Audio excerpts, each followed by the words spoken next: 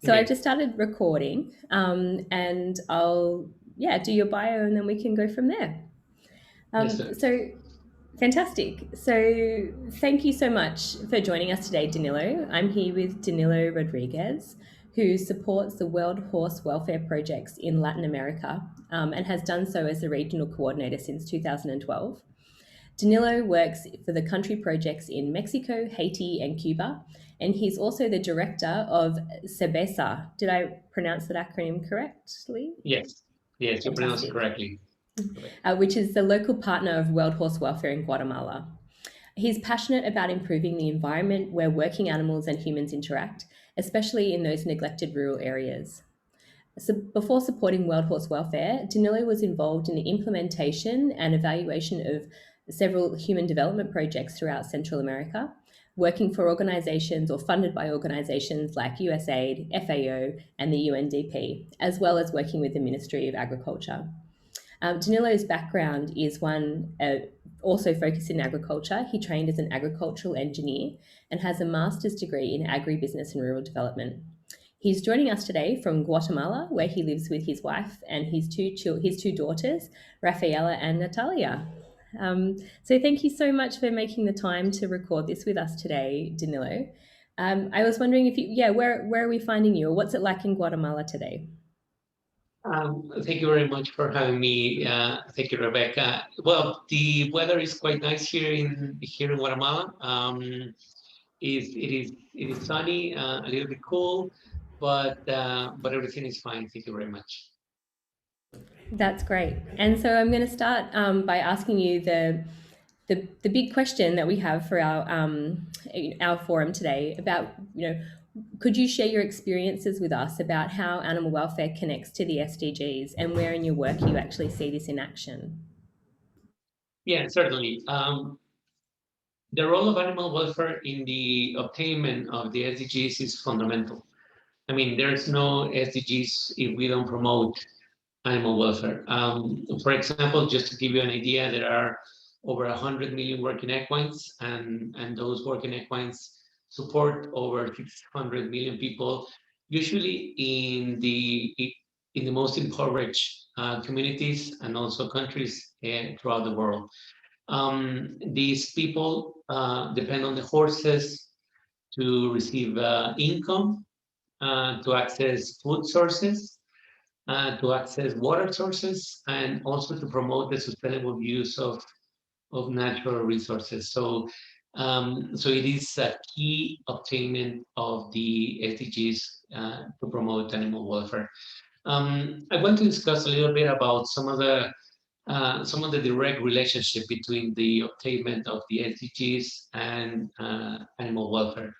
For example, if we look at the first SDGs, which is no poverty, we can say that in the Latin American region, for example, in Nicaragua, 95% of the rubbish collectors use horse-drawn carts. So they use horses to do their work, and that's their main means of getting an income. Also, we have in the objective number 8, which is increase income and also good work opportunities.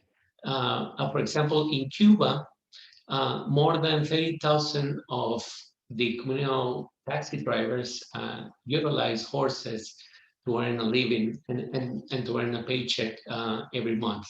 So the role of working equines and to ensure that we have good animal welfare complements directly in the obtainment of those objectives. Um, on the If we look at, for example, objective number 6, which is clean water and sanitation, in the Latin American region, we see that, for example, in Haiti, 90% of rural communities use equines to access water sources. Water sources are very difficult to access, especially in the rural areas. And donkeys, in this case, are the main transport and the main way that these communities have access to clean water and that they can provide to their families. if we go out and look at the other objectives, for example, which is objective number 2, which is zero hunger, we can say that in Guatemala, horses transport 75% of the feed provided to cows, chickens, and pigs. Horses are immersed in the production system that is the basis, that is the key of food production in a lot of countries. And in Guatemala, where most of the farmers and most of the rural areas and people in the country consume cow meat, chicken meat, pig meat, horses are the ones that transport the food to feed those animals, who in turn feed the people. When looking at the other objectives, for example, objective number 5, which is gender equality, in Haiti, 100% of the women access local markets using donkeys. So by using the donkey, by using the working equine, the women feel empowered to go out of their communities to sell or to buy services and goods, and they are productive actors of their community, and they can do that because they have working equines and their ability to transport.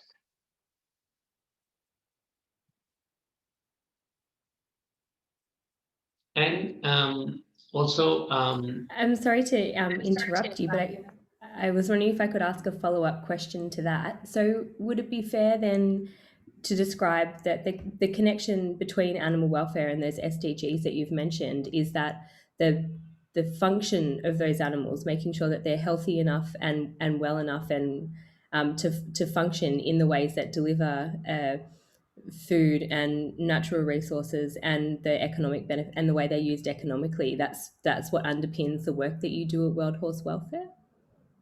exactly. We ensure that these horses have a adequate health, adequate welfare, so they can provide that support to the communities, to the people. As I was mentioning, the use of working equines is a direct part of the attainment of the SDGs. We cannot have access to water sources. We cannot have reduction of hunger. We cannot have increased economic opportunities without good welfare, without proper proper health services for these equines. So you mentioned health services. Then that seems to be a really nice segue into our next point. And you mentioned that World Horse Welfare does work with local medicines and in a way to fight antimicrobial resistance in working equids as well. Yes, we also work quite closely with the different countries in Latin America, where we have seen that, for example, poor stewardship of in the use of antimicrobials is creating a lot of issues. For example, there's a lot of resistance for certain types of the dewormers, such as ivermectin.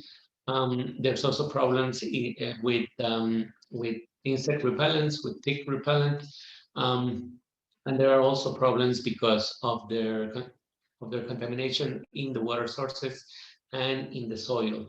So one of the aspects that we are beginning to work with is the use of local medicinal plants. For example, I want to show you that in Guatemala we have used 2 medicinal plants. For example, we have used epazote and Guatemalan squash that we use for their dewormer properties. So these 2 plants, we grind them and then we use them to create dewormer for the equines.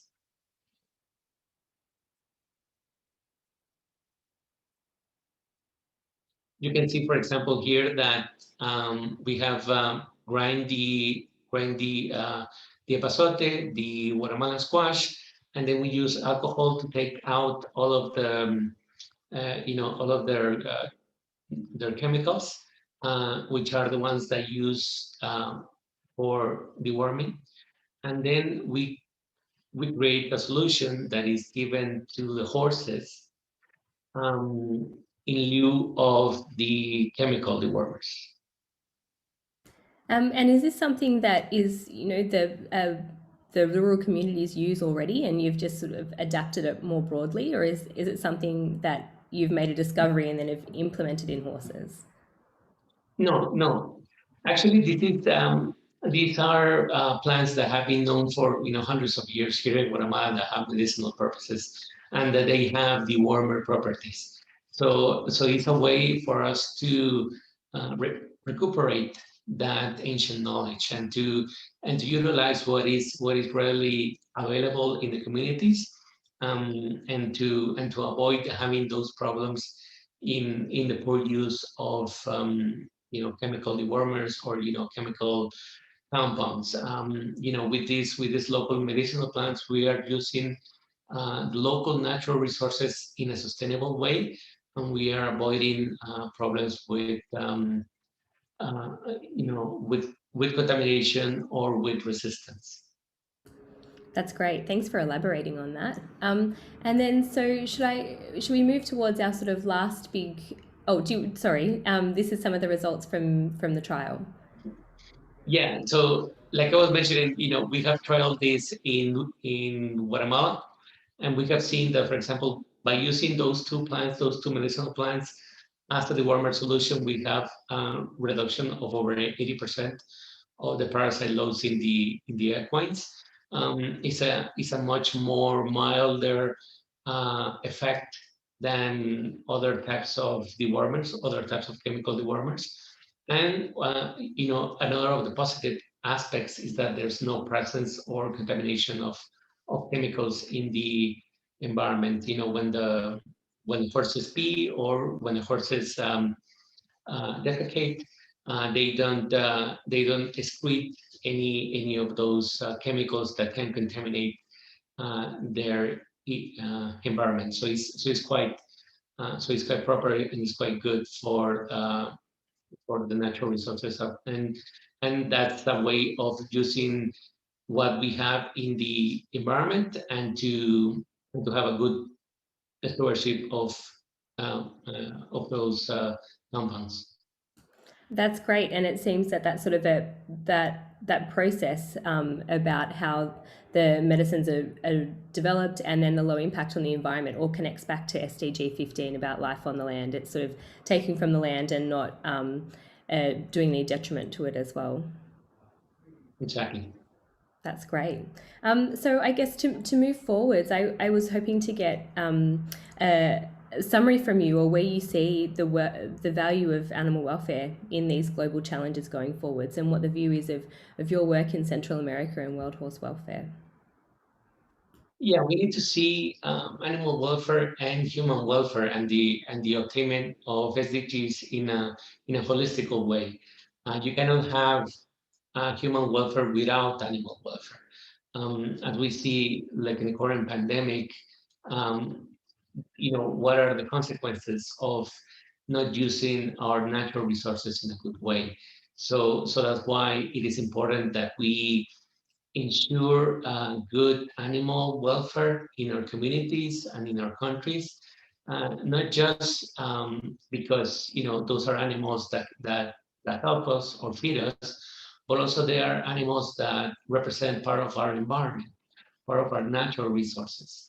And if we don't take good care of them, we are not going to be able to obtain any of the development goals. We're not going to have good natural resources. We're not going to have healthy environments.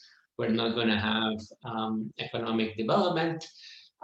So that's why it is important for governments and local authorities to take a look at the animals that represent the livelihoods of the communities and the countries in throughout the world. Thanks so much, Danilo. That's a fantastic summary to end on. I really appreciate your time today. Thank you very much, Mark. Thank you for having me.